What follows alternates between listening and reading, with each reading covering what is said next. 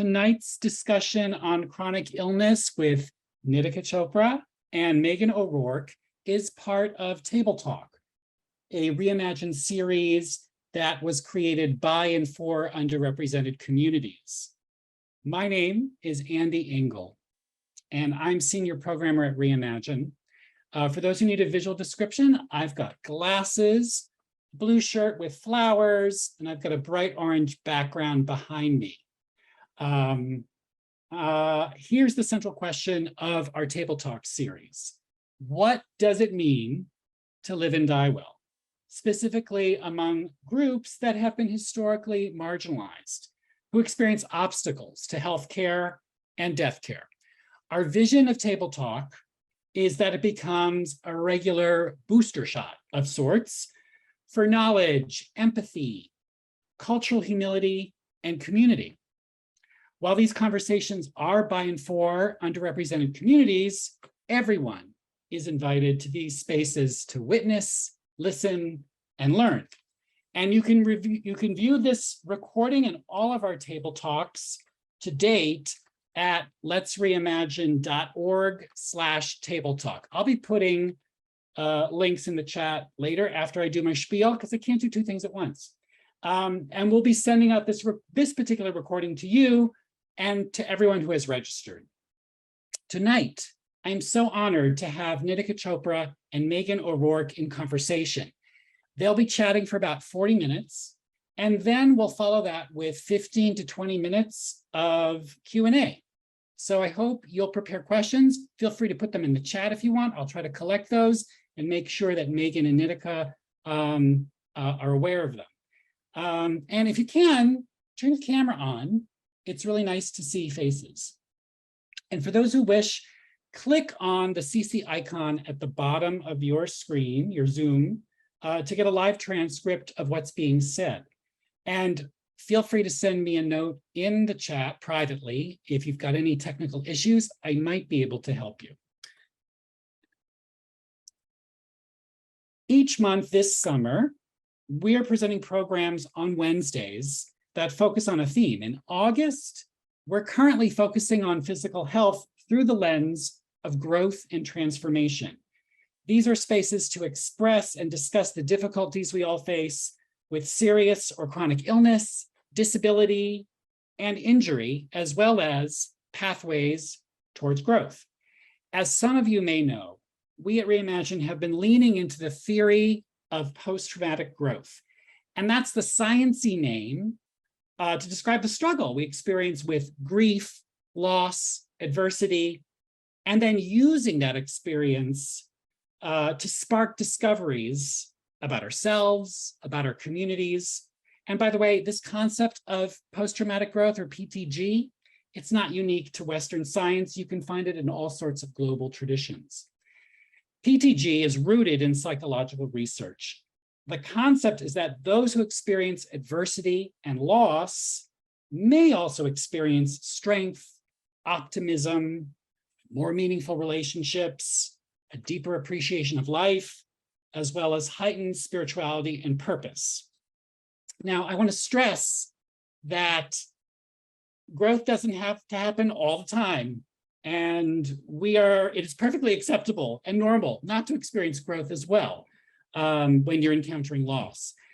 Last week, Sasha Soroff, a wonderful workshop leader who has a background in transformational coaching and in movement and in dance, led us in a fantastic workshop for all body types and for all backgrounds. We had people seated, we had people standing. It was so moving to watch participants put their hands over their hearts to wipe away their tears and share really vulnerable stuff, and to witness these crescendos of movement and dance.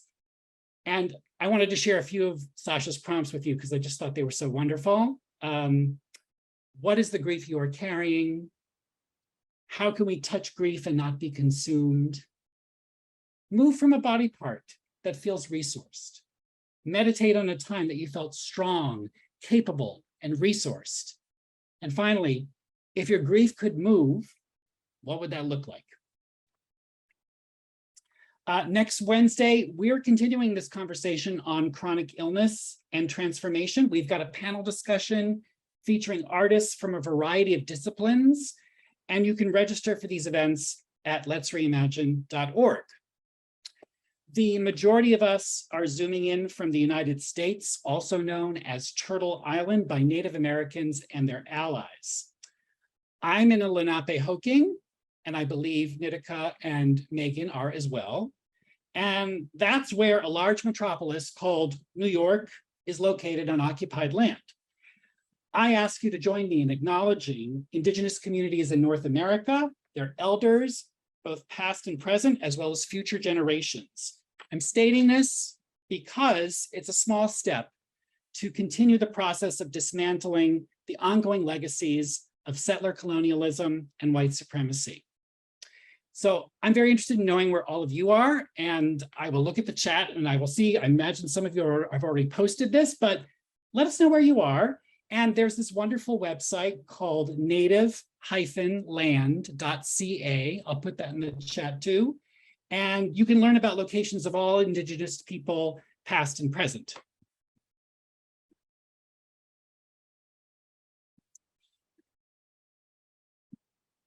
Okay. Now I'll briefly introduce our speakers, and you can read their full bios on the event listing in our schedule. Nitika Chopra is the founder of Chronicon, a media and events company dedicated to elevating the lives of those living with a chronic illness. Nitika herself was diagnosed with psoriasis at the age of 10 and psoriatic arthritis at the age of 19. She's experienced a transformation after 17 years of being defined by her conditions. She has worn many hats as an entrepreneur. She's the founder of a magazine. She's a talk show host, podcast host, and also an event producer. Meghan O'Rourke is an award-winning poet, nonfiction writer, and acclaimed editor. She is the author of the poetry collections, and her most recent memoir is The Invisible Kingdom, Reclaiming Chronic Illness. She's the recipient of a Guggenheim Fellowship, a Lannan Literary Fellowship, 2 Pushcart Poetry Prizes, and many, many, many awards that you'll just have to read about. Meghan writes for The New Yorker, The Atlantic Monthly, and is the editor of the Yale Review. And now I'm just going to hand this off to our fabulous hosts and speakers, Nitika Chopra and Meghan O'Rourke. Awesome. Hi, everybody. Hi, Meghan. I'm so happy to be here with you. Hi, Nitika. I'm so happy to be here with you. And hi, everyone. And thank you so much for that wonderful introduction. And it's great to be here tonight, Nitika. I know we have a lot to talk about. I know. We're like, where do we start? There's so much to say. Yeah. And I'm just so happy that there's such a beautiful turnout of people. I've been letting people in while she was talking. And I Thank you for that. Oh, yeah. No, I just want to just acknowledge everybody for showing up tonight, to talk about this in the midst of so many things I'm sure we're all dealing with and maybe battling and facing. And there's so many other things that people could be doing, but to take the moment to really just ground into the space and be with us. It's such an honor. It really is. And I think too, it speaks to both the hunger for community and the power of community that being here, even virtually being here together can mean something. Nitika, I mean, we have a lot to cover today, including some big questions about how chronic illness shapes a sense of self. But I know that both of us have been sick for a long time. And I think it's correct to say both of us have been sick with a variety of diagnoses, right? Not just one static diagnosis for a long time. And finally, too, that maybe both of us are in the midst of kind of reimagining, reshaping, rehabituating ourselves to a new illness identity, because we both recently had COVID. And I think it's fair to share, certainly for me, that really knocked me sideways and has brought up quite a lot of flares, if not long COVID itself. I'm dealing with a real flare right now, and it's made me absolutely go back to square one and think again about all the questions I wrestled with in The Invisible Kingdom, which is really the story of my own kind of quest for a diagnosis, which took a long time, and then quest to learn how to live with illness rather than struggle to overcome it. But yeah, does that resonate? Are you feeling like stirred up? There's a lot going on for you, and yeah. Oh my gosh, yes. And if I can just say, I listened to your audiobook and I highly recommend it because Meghan reads it and I just absolutely loved it. So yeah, I absolutely loved that. But yeah, I got COVID back in October of 2021, and I, like so many folks who are living with chronic illnesses, was sort of on the edge of my seat for the first, since the start of the pandemic, right? Since March of 2020, and just feeling like, okay, I'm going to do all the things that are right for my body to do. And I can't get this thing. Okay. Like I just already know it's not something that my body is going to enjoy. And I already have, as Andy mentioned before, psoriasis and psoriatic arthritis. I'm immune compromised because of medications and things like that. So when I got it, it was really devastating, and it really knocked me also into a whole cycle of symptoms, and ended up getting a rare neuromuscular disease as a result. Oh, I'm so and yeah, it's a lot, but I don't share any of those things to scare people, right? Because that's not what this is about. Right. Everybody is different. And every situation is different. And someone could have psoriasis and psoriatic arthritis just like me and not have this experience. So that's something I think is so important. Yes. You specifically were talking about with like it bringing you back to this thing. And for both of us, I've been sick since I was 10. I'm 41 now. So more of my life I've been dealing with illness than not. Yeah. And I have been really amazed at how much I have had to remember what it is like to grieve, to navigate relationships while you're dealing with chronic illness, people who will show up, people who won't have the capacity to show up, navigating following your dreams, all of those things. I have been in shock at moments of like, Nitika, you're the founder of Chronicon. We talk about this every day. We talk about, we have experts coming in talking about this. I'm a master at this. And I am also a humble student of my chronic illness journey every single day. What has it been like for you? Can you share more about that? Absolutely. I mean, I think because in my own case, our stories are interestingly parallel and interestingly different in ways that I'm sure when we hear questions from the audience, we all are going to have different stories that brought us here tonight, but parallels too. My story is that, I was sick for a really long time before any doctor ever acknowledged that I was sick. And that really decades long gaslighting, which is what it was, shook me profoundly because I internalized it. And I too thought, well, surely I'm not really sick. I'm just very anxious. I'm kind of bad at living. I'm a complainer. I don't know. I couldn't really find reality, right? Because my perceptions were telling me I was quite sick. Something was wrong. I didn't feel good the way other people seemed to, but I was in my early 20s and, and no lab test was showing anything wrong initially.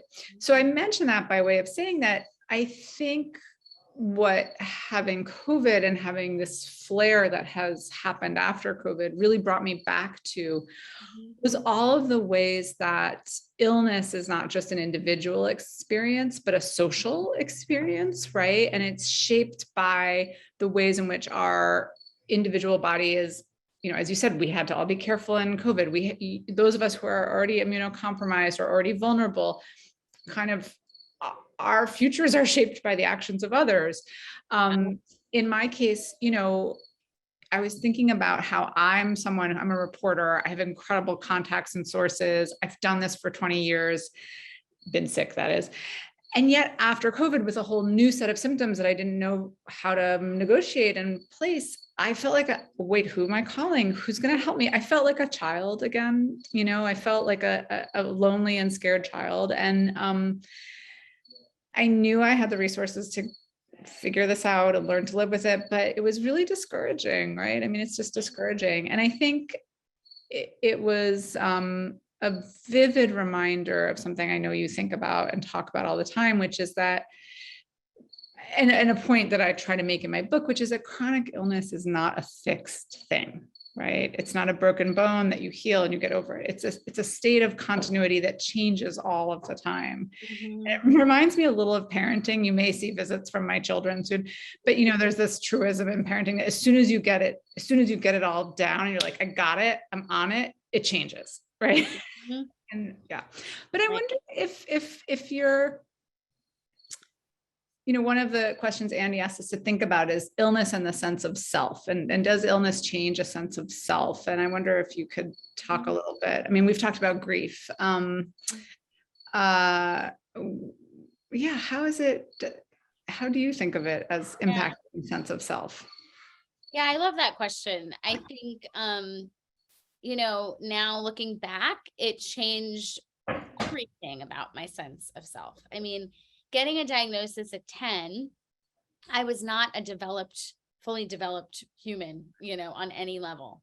Right. And I didn't know what it meant to be in my body at that age, even, right? I didn't understand what that meant. So for the first real experience of me connecting with my body to be through illness was incredibly defining. Yeah. And it was, it was soul shifting in a lot of ways. It made me really question my worthiness. It made me really question how lovable I am. It made me feel very othered, immediately, right? And I didn't even do anything. I just woke up with a spot of psoriasis on my shoulder and was like, oh, something's happening, right? Yes. So it also, and in that context, it also made me feel really helpless for a long time because I was a child. And there's so much I didn't understand, right? So I would say that was the first 10 years of my diagnosis, from 10 to about 20. I really did not change my sense of self in a major way. And then from 20 to about 27, or just in my 20s, rather, I should just say, I started to develop more of a sense that I had a choice in how I was going to view myself. Right. And that might not seem revolutionary to some people now, but as a kid, I mean, it was a huge deal. I felt like everything was constantly happening to me, especially with my body. And so to get up and sort of cultivate this, yes, this is happening, but I still have a choice in my mind of how I'm going to relate to myself as this is happening. That was probably the biggest shift that I've made in my life. And it's continued to help me throughout my life to this day. And it shows up in the sense of I get to wake up every morning and say okay, I'm having a flare up. I'm going to do something kind for myself. And I'm going to, talk to a friend or, so many of the self-help, self-love things that we hear. And I think the other way it's shaped my sense of self is it has given me a strength toolkit that no one can take from me. Yeah. We have a strength in us that is just, I feel immeasurable. I wouldn't even know how to measure it. It is just extraordinary, I think. And I say that honestly, thinking a lot about, we have, the Chronicon community as a part of Chronicon. And I call them angels. They are the angels in my life. And I see it in them every day. So even when I can't see it in myself sometimes, and I'm complaining or whatever, you see it in the people just like yourself and, who are getting up and going to their doctor's appointments, getting, horrible results, and then going to take care of their kids, and then doing this and then doing that. Yeah. And it's really extraordinary, you know. So that has really changed my sense of self in a major way. I think, especially where I stand today, I feel incredibly strong from that place. Are incredibly strong from that place. It shines through, Nitika. It really does. Well, I feel the same way about you, Megan. So I want to know, how has it changed your sense of self? I mean, to be gaslit for so many years, that is such a disheartening experience. I know so many people go through. So what was that like for you? I think it's a really big part of illness for a lot of us, especially I think, and my research bore this out, when you're younger and you're a woman, there's a, you tend to be gaslit. Also, people of color are receiving worse care, we should say, in general, less recognition and validation. Yeah, I think like you, there's been different stages, which is to say that there was that period of self-doubt. And then and that was pretty much all through my 20s, where I thought, well, maybe this is in my head, right? What do I know? And then in my 30s, my mother died and I got much sicker around that time. Mm-hmm. And it just became so clear that, something was profoundly wrong at that point. I was passing out after I was a writing professor. I would teach a class and pass out. And so I think at that point, it gave me a really clear sense of urgency. And I have a little bit of, from an big Irish American family, I have a little bit of sorry, this is my husband shushing the children very loudly. Children aren't that loud, but the shush is. Anyway, I had a little of that Irish American, spitfire in me that was like, wait, you're telling me something that doesn't make any sense. I'm very, very sick. So that's a long way of saying that I think it both knew I had to persevere, and then through persevering and searching for answers, did get some answers that completely changed my life, right? They didn't make me better, which was what I originally had hoped for, but they gave me the life I have now, which is a life in which I understand why I have a flare after I am in the cold. I have dysautonomia and POTS, why I was fainting all the time and getting concussions, I have to manage my POTS with these things. So information is a really key part of that sense of self, right? And I think it helps us manage, as you say, manage the bad days as well as the good ones, right? To the degree I'm able to have good days right now, it's I know I need to take lots of brain breaks and rests. I found out I had Lyme disease and was treated with antibiotics, and that helped the brain fog and fatigue and many, many other symptoms I was having. So I completely agree with you that I look at the chronically ill people I know, the communities online that I'm part of, and I just want to say to them, you really are the strongest people I know. It's I sometimes laugh when I can say this here, a friend of mine will be like, oh, my shoulder hurts a little today. And we'll talk about it so much. And it's such an important moment, right? I bring it up because it's actually a really important thing to see, where you realize oh, right, we have healthy friends. And when something goes wrong for them, they talk about it a lot. They express it. It's a big diversion in their lives. And that's what we live with every day, 10 things like that, right? So I do think to the audience today and here, it's really important to have compassion for ourselves. And that brings me to the last thing I would say, which is that I think I was a very driven person who was really hard on myself. And I think that the process of coming to acknowledge that I was chronically ill, that I wasn't going to get better in this kind of stereotypical way that we mean by better, really forced me to acknowledge my own limitations and also learn how to live with them and see in them a form of strength and knowledge, because now I know what my reality is, right? And a lot of people don't have that. Yeah.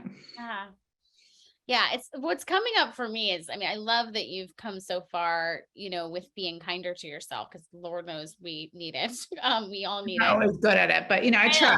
Well, that's why I'm like, Megan, give me your tips, because I'm like, I definitely, it's a huge part of what I talk about, loving yourself. And I do feel like, if you compared me to maybe someone who isn't on a journey of self-love, I am like an expert or something, right, in my own self-love journey. Right. But I still find myself being so hard on myself sometimes. My standards are so high. And I wonder if that's because I'm comparing myself to someone who doesn't have chronic illnesses. And then at the same time, I'm like, well, I want to be just like everybody else. I don't want to put myself in a box of I can't do XYZ thing because I have a chronic illness. So do you ever come up against that for yourself, or what is that dialogue in your head? Oh my God, 1,000%. I will just tell you, here's the funny thing. One of the ways that when I'm feeling bad, it's definitely, there's a physical illness I have, but I sometimes get this sort of mental groove that I can get on, where I realize that I feel like everyone's mad at me. And I used to feel this all the time, that my friends were mad at me, and I've been feeling it since I had COVID. And I had to really pause today and be like, why do I feel so crappy about myself. Like everything's fine, not necessarily physically, not in the world is burning, but like I'm slowly recovering. And I do think, and I write about this in my book. Oh, here comes a visitor. Sorry. Okay. I do think you want to say hi and then you're going to say goodnight. Okay. No. Well, this guy helps a little bit, right? Because when you have to take care of someone, then you suddenly, when you have, and I'm actually quite serious, like when you have children, you say things to them that you don't say to yourself. So actually quite literally one thing I'll do, can you say good night? No. Is I'll say like okay, you can say for 2 minutes. Okay. No. No, keep going. Yeah. I actually stop and will think, like, would I say that to my son? If I knew that he was suffering, he had a headache, would I say to him, you should still get all of this done? Okay, good night. No. Okay, good night. I'll see you in a minute. Okay, I'll see you in a minute. Yeah. No, it's such a real guttural check, of being able to be like, okay, would I say this to my son? I feel like I think about that. I don't have children, but I think about that with like my godchildren or kids that are in my life that I love, that I would never say the things. I would never be so hard on them the way that I am with myself. Yeah. Yeah. And I think we can even, and I bring up the children thing, knowing that a lot of people, it's bedtime, unfortunately. It's bedtime. We get it. We're on vacation. So, Yeah, absolutely. Thank you to our audience for their patience. But I bring up the kids thing, even, I know a lot of chronically ill folks don't have kids. And I will also say it took me a decade to have kids and to get well enough to have kids. So I had kids in life, and there's a grief in that whole process too. But I think we can all connect to the child in us, and we can imagine what would our parents say, or what would a parental figure say. Yeah. And it's an incredible moment to sad kids. It's an incredible moment to really think about just how habitually hard we are. And I wonder, Nitika, to bring this to another question that we have for tonight, do you find, one thing that's been transformative for me is finding community online. And actually, I was thinking about this today. This is really corny, but true. Like how meaningfully, the most meaningful part of publishing my book has been meeting people like you and other, people who really are thinking about chronic illness and making change. And I say that as a reluctant activist, really an introvert who likes to be at home alone. Yeah.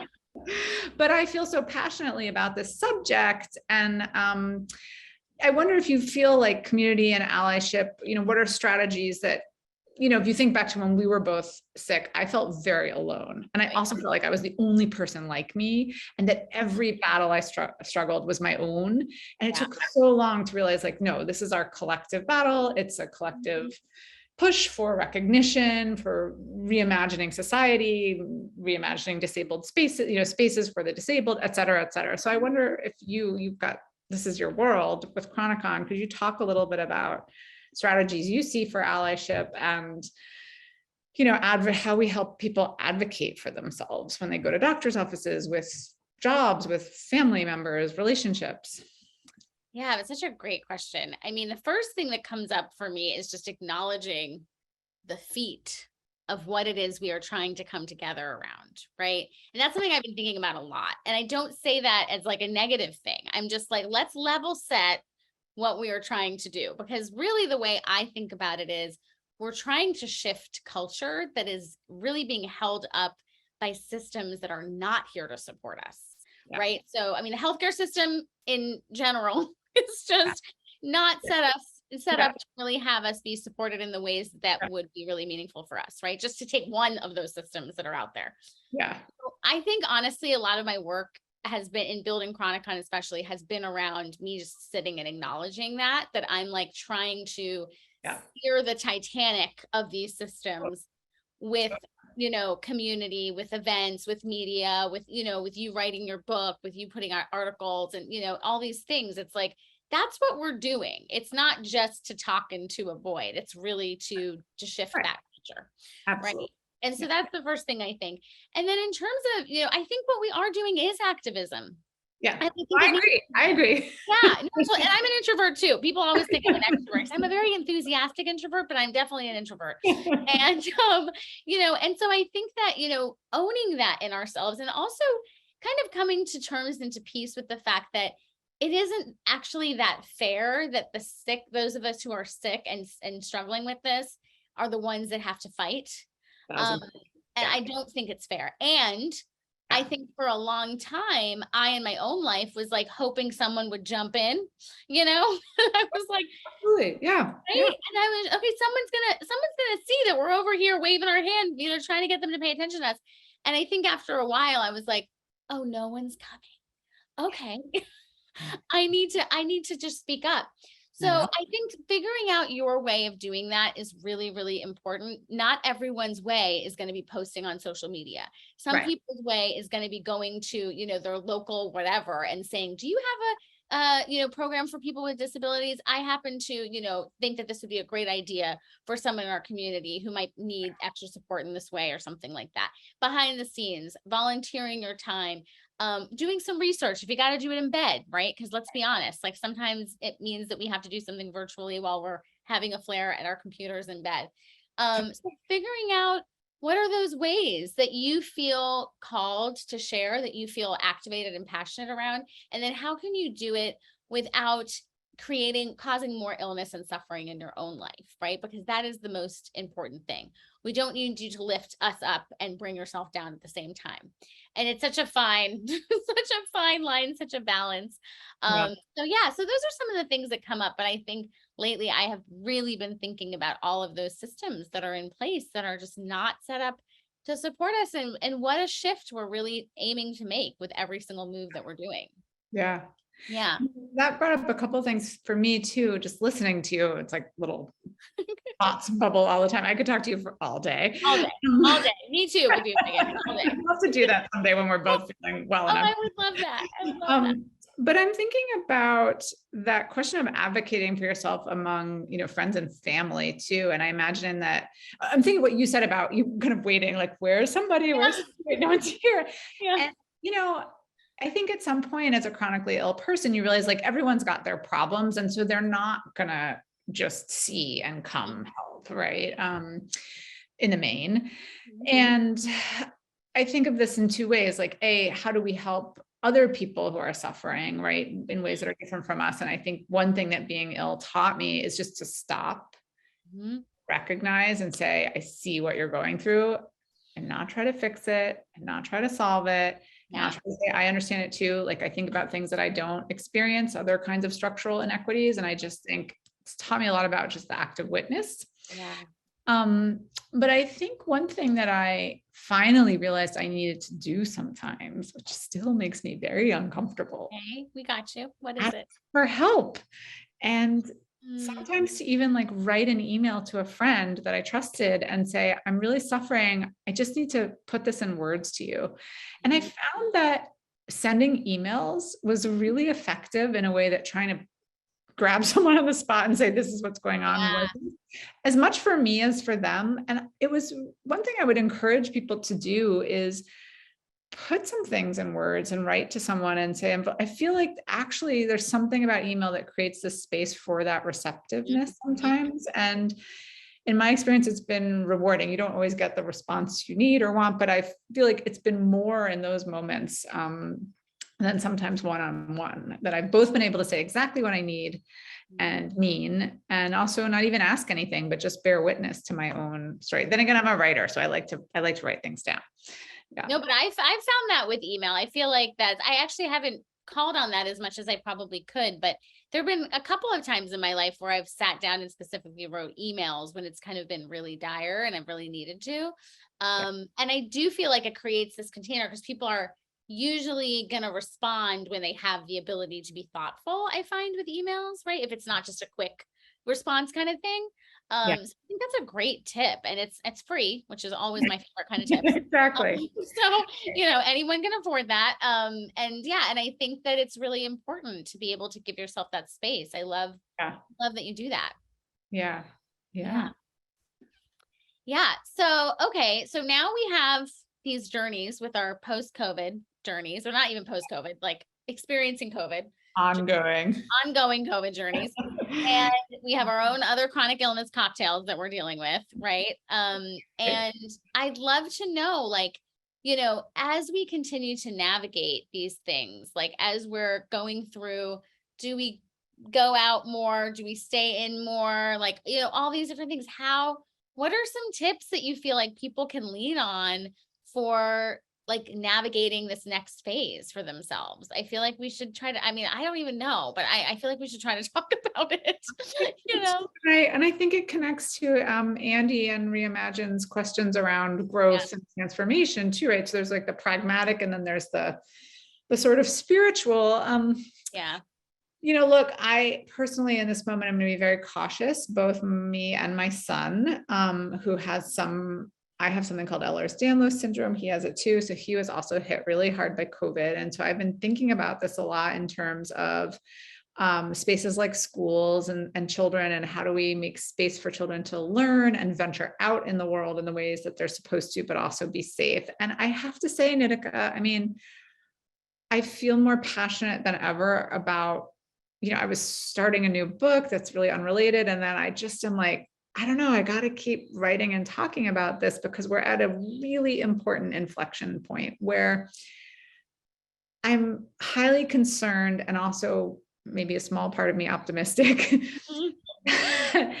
I feel we're at this moment where we're either setting up a society where we may be setting up a society of the people who think they're invulnerable and maybe are less vulnerable, at least, and the vulnerable, and that it's going to be this two-tiered society, and that the vulnerable are just going to be impacted in a really negative way. And because we know that reinfections from COVID are not great for us. We don't know, but we're starting to look like we get reinfected more, and that those reinfections aren't great. Okay, so what do we do? I think we have to take our energy around this and our anger even, and turn it into something positive. There's this incredible poem by the poet John Ashbery I love called Wet Casements. And he talks about taking his anger and turning it into a bridge, like the bridge at Avignon, so that the people might dance and sing on it. Right. And I've been holding to that. I don't have practical advice, but I've been holding on to that image of taking your anger and turning it to a bridge that people might dance and sing on, right? Which are the expressions of joy and spontaneity we want to get back to, right? That collective joy. For myself, I'm going to be very pragmatic and careful. I mean, I don't think we're out of the pandemic yet.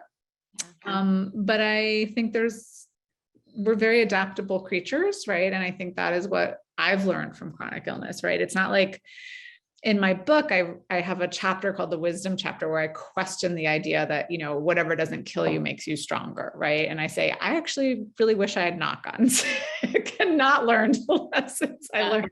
That said, if I could talk about what being chronically ill has brought into my life, I think it's being able to look at reality head on, right? It's being able to face reality, because I know that I have limits. I know that I'm mortal. I know that I'm embodied in a way that I didn't understand before. And there is something about that lived knowledge that is a form of strength. There is. So that's what I have. What do you got? Oh, wow. That's so beautiful, Meghan. That's so, I'm just really taking that in. So beautiful. Yeah, I really, I've been wrestling with this too. I've been getting booked for different things for work, and it's more in the fall, later in the year. And, I just would have never even considered it before. I've just kind of been like, no, I'm staying in like a bit of a bubble, and this was even before I got COVID. Yeah. And something in my spirit is just like, girl, you gotta go. You gotta just, you need to wear your mask. You need to take care of yourself. You need to do all the things. I'm going to like, wear a visor and 3 masks on the plane if I have to, I think that's right. But my spirit is sort of like, I can't spend my life believing that like all of these bad things are just like meant to happen to me all the time. I have to believe that there is more, and that these things have happened, and they've, and I'm weathering them the best that I can. And they've brought meaning into my life in a lot of ways, as you've said. And I can't live my entire life assuming that that is what my life is for. Right. And there's no like, scientific measure for anything I'm saying. This is just like my spirit, and I just can't. I think that is important for my survival just as much as wearing my mask. Yeah. Absolutely. Yeah. I think you're making me think of the book of Ecclesiastes, which I, took a class in I didn't grow up religious, but I studied the Bible as literature, and it was made such an impression on me. I'm a poet as well. And it's really beautiful. And it's the passage where, there's a season for everything, right? There's a time for this. I won't try to quote it now, but the time for you right now, your body and your spirit are telling you the time for you right now is to go out. And we've been in a lot. And I think the truth is that the only wrong answer right now is to be careless with the bodies of others, right? I mean, I think you're a very informed, responsible person. I think we do all, like, we need that joy, that connection. And then there might be a time when you're ready to be not traveling, and I think I don't know, maybe not, maybe we'll just go back to normal and everything will get better. And the new nasal vaccines will come and solve all our problems, at least on the COVID front, not the other problems, but would love that. That would be yes. amazing. Yeah.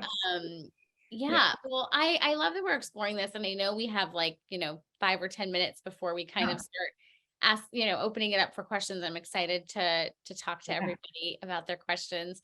But I see one of the questions we had talked about with Andy was, what are some examples of growth or transformation experienced in the journey of chronic illness? And I think I know we've touched on a bunch of that, but I also do think that there's more for us to dig in there. Are there parts of your journey where you're I know you said earlier, I wish I hadn't gotten sick. And I think that's really important to say. I don't think if you don't feel that way, that's great. But if you do feel that way, I think it's so important not to toxic positivity our way through this and be like, I'm great now.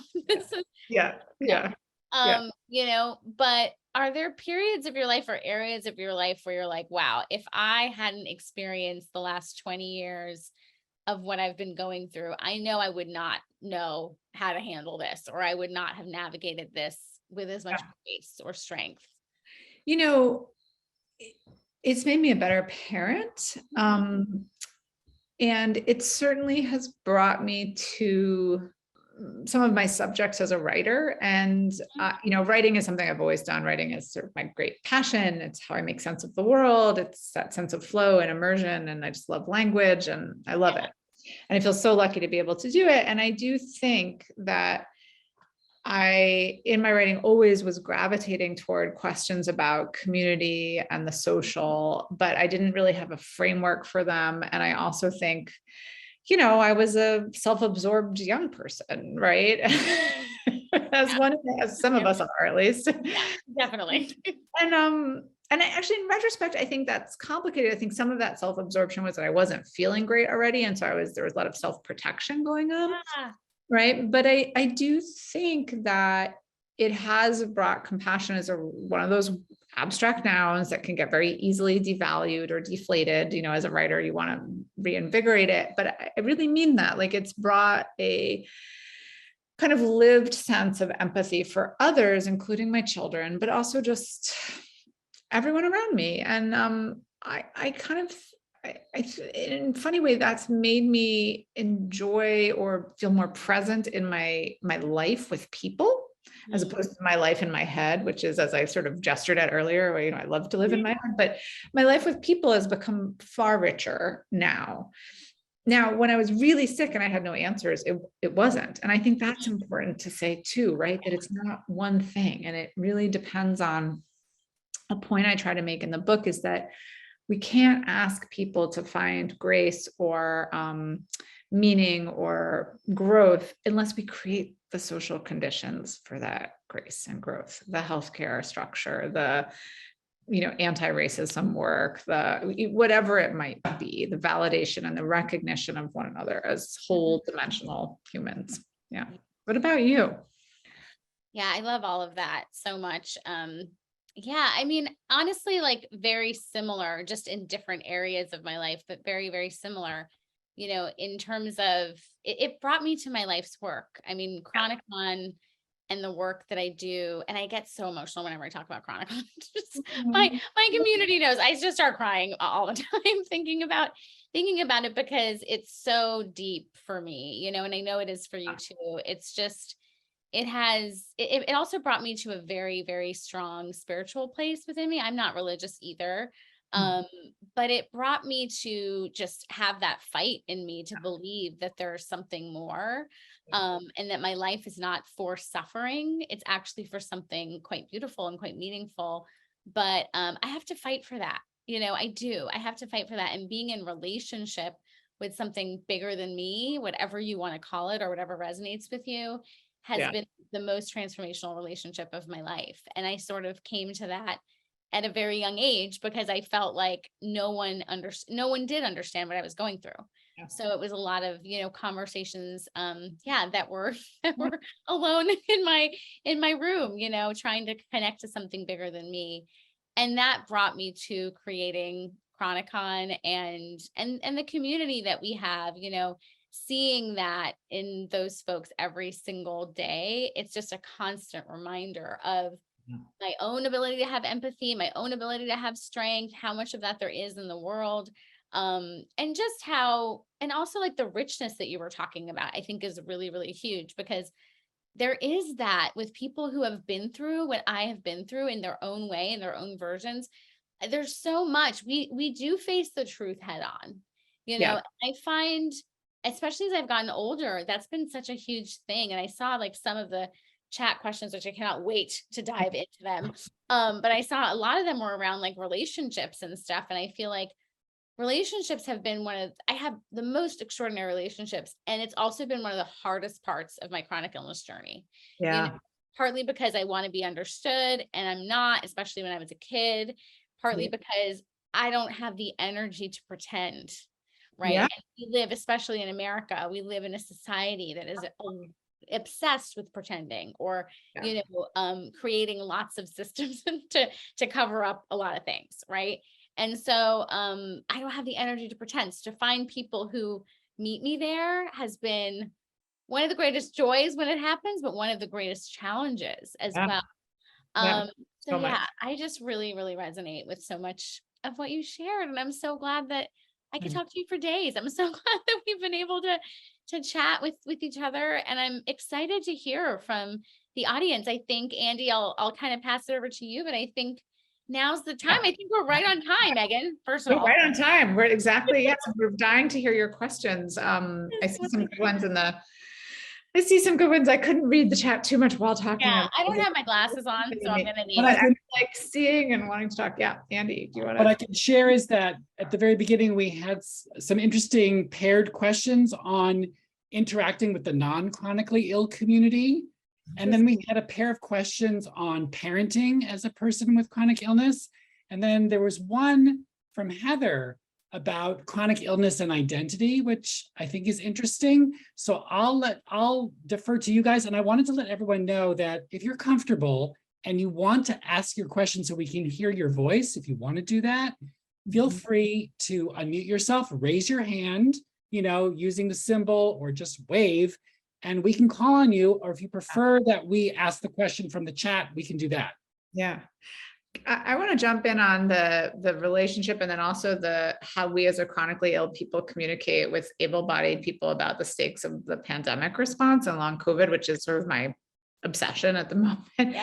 I mean, first, the more intimate relationship-based one. I mean, it's so hard, right? And all relationships are challenging in any case, but I think it's especially, and wonderful, but I think it can be especially challenging when you are sick to be with a partner who doesn't get it, especially if you don't have clear answers yet, or if it waxes and wanes. And I think that's a choice you have to make in your heart out of your own knowledge of the situation. But one does want to feel respected in the reality of one's condition and body, right? I think that's the fundamental first thing. And in my reporting for the Invisible Kingdom, I interviewed a lot of people, and I definitely heard this pattern, especially from women, about partners belittling them and not understanding and not, and being sort of borderline abusive, really, but just in that's a strong word, but just very much not acknowledging the reality of their condition. I think that's tough, right? That's a really tough place to be.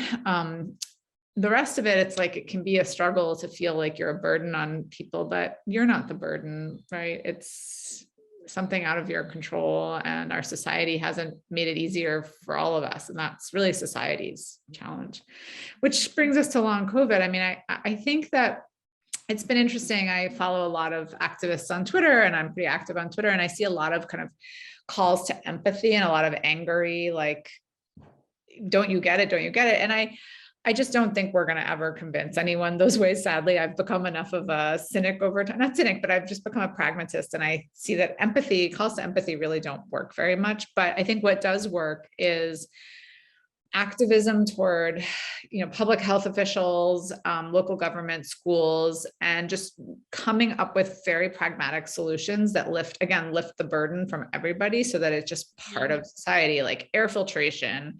The CDC has really messed this up, and we've got to really kind of convey in a calm way, I think, to people, like, there's a real risk to everyone from long COVID, and you don't want, kids going back to school at 5 days still active with COVID. Like, that should just be taken off the table. So I think there's, using that heated urgency, calls to empathy are great, but I think it's really applying the pressure on public health officials and schools and et cetera, and making that change get very granular and precise about what has to happen. Science to do it. It's tough. What do you think? Yeah. Yeah. I mean, I don't have anything to add to that. I feel like you nailed it. And I loved everything that you shared. And I want to make sure that we keep getting questions answered. Let's keep going. Yeah. That was great. I don't know if anybody wanted to raise their hand. I did see a question about Chronicon, which I thought I could answer now really quick, if that's okay, just so I don't forget it. Someone asked if they could sponsor a member, or, because a lot of folks with disabilities can't afford to be members. And I just wanted to say that we have a big scholarship program. We give 50% of all of our memberships to folks who can't afford to pay because of their medical conditions or paying for medical bills. And we also have the opportunity for folks to sponsor members. So DM me if you want to ask me more questions about that, but it's a huge honor to take care of everyone. And so we set that up so we can do that. But thank you for asking the question. And then I think Andy, you had sent me something. Okay, how do you admit to yourself and accept not being able to work or be independent in the guilt of feeling a burden to family? Oh goodness, that's a big question. Thank you for asking that question. I can only speak from my own journey, and what I will say about work and chronic illness is that it has been such a journey for me. I became an entrepreneur in my 20s, but it was really because I couldn't fit in the mold of working a 9 to 5. I was living in New York City. I couldn't fit in the hustle of that world in the way that I saw everybody else around me plugging into finance, plugging into whatever it was. I was just like, I can't, my bones are in so much pain with my arthritis for the first 3 hours that I'm awake. Like, I can't rush to go to an office or whatever it might be. So first of all, it was really about like owning that and the grief. We always come back to the grief. The grief was so real. I was in my 20s, like and all these people around me were getting internships and getting jobs and getting promotions, and I'm Indian, and the pressure is real for what we need to be doing. I know it is for all people in their own ways, but definitely South Asian culture has a lot of measures for success. And if you don't meet them, what's wrong with you? Why aren't you doing this? And especially with chronic illness, I think, which we've touched on a lot tonight, Megan, is like, it's not so easily identifiable for everybody. They don't understand that my hair looks great, but my bones are awful. You know what I mean? So like, they might think like, we're good. You've got a cute outfit on. Like, what's the big deal? Why can't you go, Yeah, exactly. And it just doesn't work that way. And so sort of like what you were saying with the gaslighting, it's very confusing. It's very disorienting. And I think it can be confusing and disorienting for yourself just as much as it is for the people who are trying to, maybe help you and maybe support you, but don't really understand why things aren't adding up. So that's a huge part of it.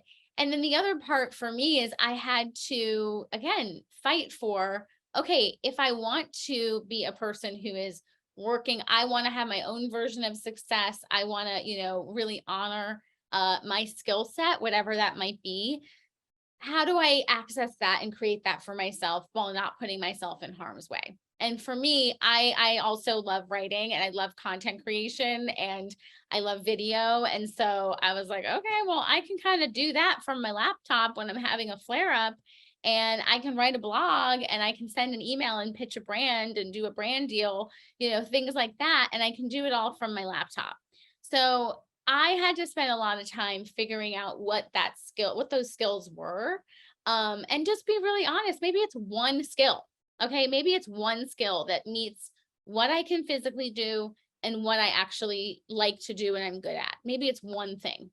But if we start with that one thing, how can I really have a lot of dignity for myself, right? That I'm worthy of having that one thing turn into something that is meaningful for me, and see where that takes you. Now, if that's not possible at all, which I know that is true for some people, especially with brain fog and just all the things that people are dealing with. I know even after getting COVID, sending an email was hard. Yeah. So, for months, right? So I really do get that. And, the part of that question that's about like really the guilt,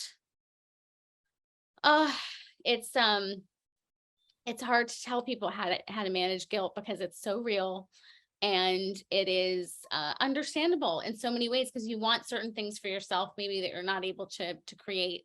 But yeah, that's where the love and kindness for yourself comes back to when you come back to that. And then also when you do this work around really honoring and understanding where you're at with things, hopefully you can bring people into that and have them understand you a little bit more versus trying to manage things from kind of this guilty place or kind of this place of like trying to hold it all without really letting people in. So that was a long answer, but that's what I was thinking. That's amazing. And there's so much I'm taking in from that. And I want to talk about some of the parenting questions and also some of them, a lot of people asking about how do you parent with kids or struggling with a similar question, burden, sense of being a burden or guilt. And just to tack on to what you're saying, it's very easy for me to say this to all of you, but no one should feel guilty, right? Because no one chose this. None of us wanted to do this. None of us are like, hey, I'm just going to hang on the couch today while you go out and like, I'm just going to have a good time relaxing by myself, right? No one has chosen that. That said, we know that shoulds don't rule our, the reality is we do feel guilt. We do feel like a burden, but I think that's where community can really come in. And maybe sometimes community for me is reading a book by someone else who's been chronically ill from 200 years ago, or, reading a dispatch on a blog or whatever it is, but just realizing how much the pattern of feelings I'm having are ones that other people are having really helps me see, I didn't choose this. I didn't ask for this. This is what it is, right? And now we all are negotiating. The other thing that's helped has been sometimes taking the pressure off. Like there's certain people in my life who are much better at being friends to me as a chronically ill person than others, but there are others that I love for other things about them. And with time, I've been able to just tell myself that person is never going to give me what I need when I'm down and vulnerable. So like, I don't talk to them at that moment, but I get from them like, I don't know, raunchy hilarity at other moments or whatever it is, right? Yeah. Like, yeah. They're like an awesome writer and we have great conversations about that. So just sometimes realizing that maybe you don't have to ask everyone to, I was getting more down on myself even than them when I was asking everyone to understand my condition, right? It made me feel bad. So I had to stop and just be like, who really needs to understand this? So there's that. On the parenting front, when I was really sick, I was trying to get pregnant. And I remember thinking quite vividly, God, if I got pregnant, I would probably die. Right. And luckily, in a way, my body wouldn't get pregnant. I think it knew that I could not sustain that pregnancy. I was not strong enough. So, I had my first kid at 39 and my second at 41 or something. And, I had gotten a lot better in that time. So there's questions here, both from people wanting to have kids and from people who have kids. And I'd say, all the things we're talking about become even more challenging and also amazing when you do have kids, which is really thinking of it as a marathon and not a sprint, and really being very, very clear with myself about my energy envelopes. I have an energy limiting illness really at this point, and I am just terrible at the end of the day. Like, this is a rare, to do like an 8 o'clock event takes it's like an unusual thing for me. I usually am like in bed by 8 o'clock. Yeah. And I felt a lot of guilt, a lot of shame that like my kids would suddenly get hyper at 5 p.m. and it was when I had time to be with them and they'd want to run around and do stuff. And I just couldn't, and so I just had to tell my husband, like, I'm going to pretty much lie down at 5 p.m. They can come get in the bed and play with me, but like, I can't really play with them. I have to just relax, like be vertical and, what I mean? Yeah. Horizontally, brain fog. I thought it. Definitely not vertical, horizontal. Yeah. Right. But I just have to realize, okay, my energy envelopes are like the morning and they're this time. And so then I try to use those things. But it's tough. Like during the pandemic, there were a lot of outdoor play dates. I can't really do outdoor play dates because I have so much heat and cold intolerance, stuff like that, where, I just have to be like, I'm not that parent but I am their parent, so Yeah, it's so hard. It's hard. Oh my gosh. I mean, that's a lot of why I made the decision not to have kids, because I just felt like I wouldn't be able to carry a child, and also I wouldn't be able to take care of a child in the ways that, I would want to. So I think that's beautiful that you've been so vocal about, like, these are my limitations and this is what I can do, and we're going to find our way in the middle. And, I'll say one thing too, for parents, it's like, I do talk to my kids about the condition. I remember I was on Good Morning America which was awesome. It was so cool to celebrate the book. And the anchor said, well, I'm sure you don't tell your kids about any of this. And I was like, oh no, I tell them quite a lot. And I think it's sort of a great education in the kinds of inclusiveness and non-otheringness that they just grow up knowing that some people are chronically ill. I think we have more questions though, that we should get to. Andy, you want to tee us off? Yeah, there was this question that I thought was interesting from Heather about how to not have chronic illness be your identity. And apropos of our event, we had a vigil at the beginning of the month with disability rights activist Judy Human. She's amazing. Amazing human. Yeah, Judy Human. And Lachi, who is another activist from a new generation of disabled artists who founded an organization called Ramped, which is insisting on that ramps be placed on stages for musicians.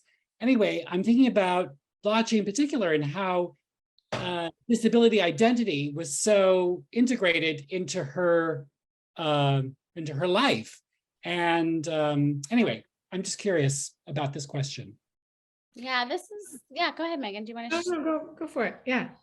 This is a big one for me, for sure. I feel like, you've heard so much of my story already, and you can see, like, from getting sick so young, I spent the first 20 years of my diagnosis, honestly, feeling very defined by my illness and feeling like the only thing I really understood about myself was that I was sick.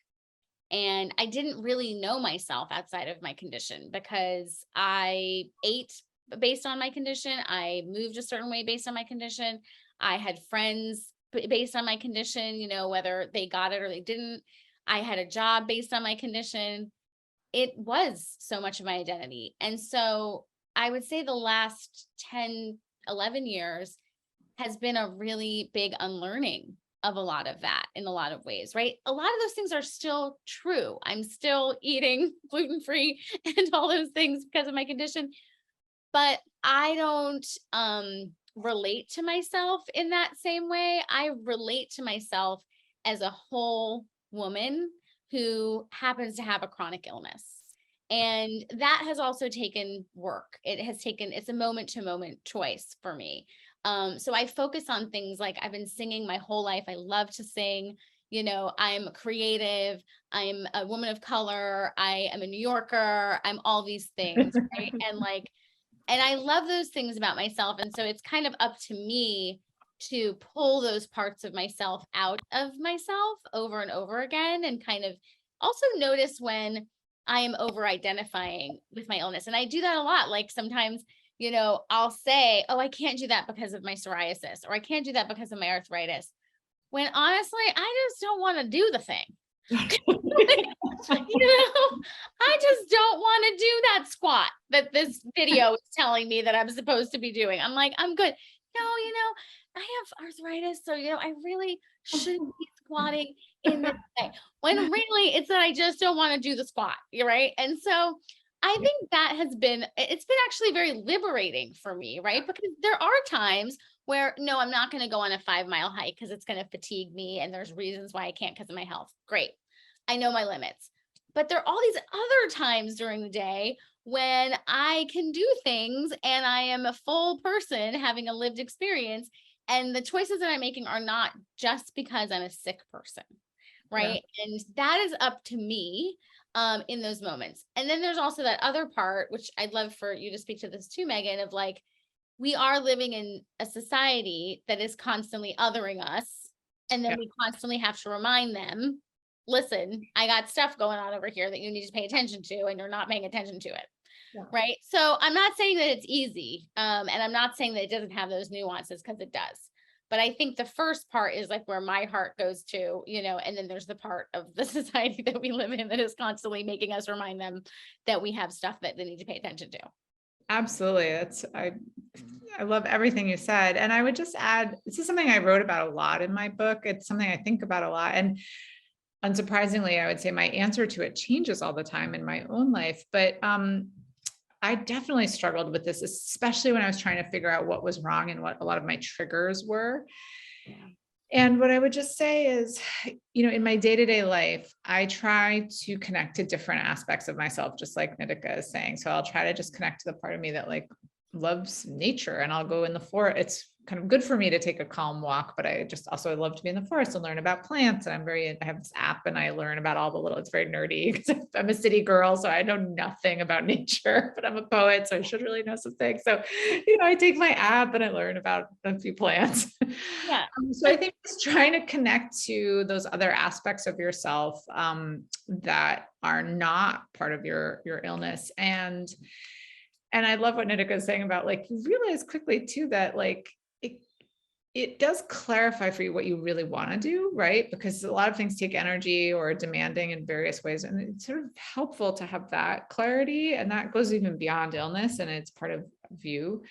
But the thing I notice is that there are times when I'm doing some of this work of activism or writing, and then I'll just start to get very fearful and preoccupied and obsessed and a little like wound tight. And that's when I know I just need to step back and take a break from either trying to be like the best patient possible, like nailing my diet and nailing my exercise, and just be like, what, screw it. Like I'm having whatever I want and like not worrying about it, or just stepping away from activism or concerns just for the day, whatever it is, to just get that recharge that you need. But also, knowing you're not going to get it right all the time. The last thing I'll say is I often advise people when they are in a diagnostic quest, which a lot of people are on at various points, is, absolutely, or whatever it might be, is just to give yourself like 2 days off a week where you're like, okay, these 2 days I'm not doing the quest. The rest of the days I'm going to worry about it. Or these 2 days, just giving yourself that flexibility, where there would be times where I was so overwhelmed by trying to figure out what was wrong that it was just super stressful. And I would realize, I need to just take a week off and just get by on what I have, like rest a lot, just not even try to get an answer, just try to enjoy whatever moments I can, which is hard. I know. It's hard, especially when you're on the train and you're just like, I was saying this to my acupuncturist earlier, like every time I go into acupuncture, I have a new symptom of some sort right now, especially. Yeah. And he's always giving me a recommendation of like, well, you should try this thing, or have you tried this? And I finally said to him today, I don't think I want to try any more things. Yeah, I'm good. Yeah. I have like 25 things right now. And I really want to make sure that the 25 are being taken care of and they're being attended to. And I just really don't think I can do any more, and having those boundaries and understanding that for yourself. I'll try the other things once I put down a few things, I think that's beautiful. That's beautiful. Nitika and Meghan, I think we have time for one more question. Okay. And Veronica wanted to ask it herself if she's still beautiful. Yay, a person. Oh, hi, how are you? Hi, Veronica. Hey, Veronica. Thank you so much for doing this. And I'm sorry that I'm off of camera, but the question that and it's more of a statement, but it's more of a question too. I find myself frustrated by the medical community in general, and specifically about the disconnect that I find with respect to what doctors know about certain conditions. My condition, and I prefer to call it a chronic condition, not a chronic illness, because I believe that the way we talk about ourselves affects us mentally and also physically.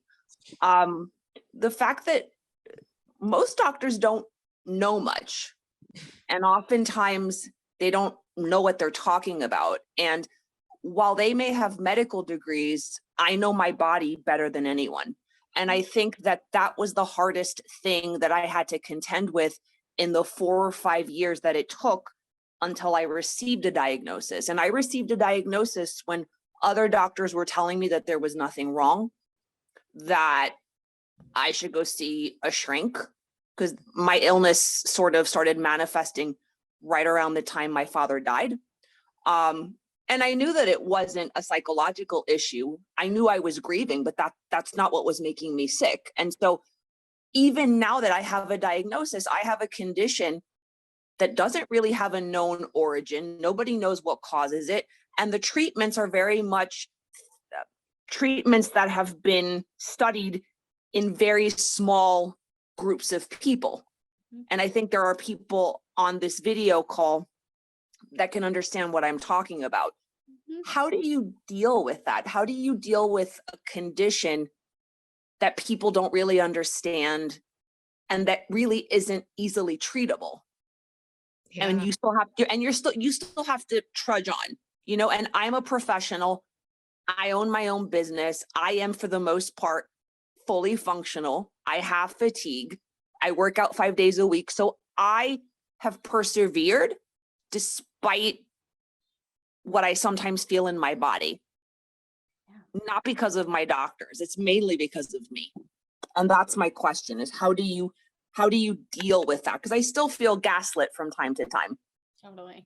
Yeah, well, I mean, I try to write about this a lot or I lay out sort of a framework in the Invisible Kingdom, but our medical system is built based on, evidence-based knowledge, what it knows, what it can measure and see. And it gets very uncomfortable with bodies that live at the edge of medical knowledge, as I call them. So, you've completely hit the nail on the head, and you're having an experience that so many people are having of going to the doctor and not having them know very much about your condition, and then not necessarily always being transparent about that, right? Or sort of insisting that they do know, and maybe, this is all in your head because they haven't found you have what they call medically unexplained symptoms. And a friend of mine who's a doctor says, you have to ask yourself as a doctor, medically unexplained to whom? So it's certainly really a tough situation. And I think one does just trudge on, and we have to name these frameworks and call for change. And medical education absolutely has to be radically reimagined to encompass uncertainty. Yeah. I mean, I haven't had the experience up until recently with the post-COVID diagnosis where someone doesn't know what's going on in my body. And still, I have felt gaslit over and over and over again with the amount of autoimmune symptoms that happened from my psoriasis and psoriatic arthritis that, are often dismissed. So I just want to say, Veronica, I'm really moved by everything that you shared in terms of what you've been able to do and persevere. And there's a part of me that's like annoyed that you've had to like fight that hard and push that hard. Right. So I just want to acknowledge both of those things. And yeah, in terms of what do you do? I personally think you're doing it in so many ways, and I wish that there was more. I honestly say, after this experience with getting this recent diagnosis, I had all these doctors, question me and not be kind to me and all this stuff with the things I was experiencing, and I was just like, I've been a patient way longer than you have been a doctor. So, if you think that I don't know what I'm talking about, you are the one who is actually not taking things seriously and not being educated about what I'm coming to the table with, because I've been a patient most of my life. And, you know, I did have some choice words to say to some of those people. And I think that that's just what happens at times. And everything that you're saying, it just sounds like you're setting yourself up for the most success that you possibly can. And until these systems change in the ways that we really need them to, we just have to keep showing up for ourselves in that way. And I wish I had a better answer. I wish I could say something different, but I think you're doing everything that you possibly can. Thank you for your words. I appreciate that greatly. Yeah, of course. Well, the rain is coming down hard and fast in New York City out my window. It means that it's time to wrap up. And I just want to ask everyone to give a round of applause to Meghan and Nitika for creating this space for us. There was so much love pouring out for you in this chat. Maybe I'll share a copy with both of you later. I would love that. I hope you'll all join us next Wednesday for our event, Out of Illness Comes Art. We're going to follow along with this conversation on chronic illness. And I hope you'll all follow Nitika and Meghan on their social feeds, and also buy Meghan's book. Stay in touch with Nitika about Chronicon's upcoming event in May. And we're going to send a follow-up letter to all of you and everyone who's registered with a recording of this and other resources. I want to wish you all a good night, and we hope to see you soon. Thank you. Thank you all. Thank you all. Thank you. I'm going to go tend to my crying son. Bye. Have a blessed night. Thank you.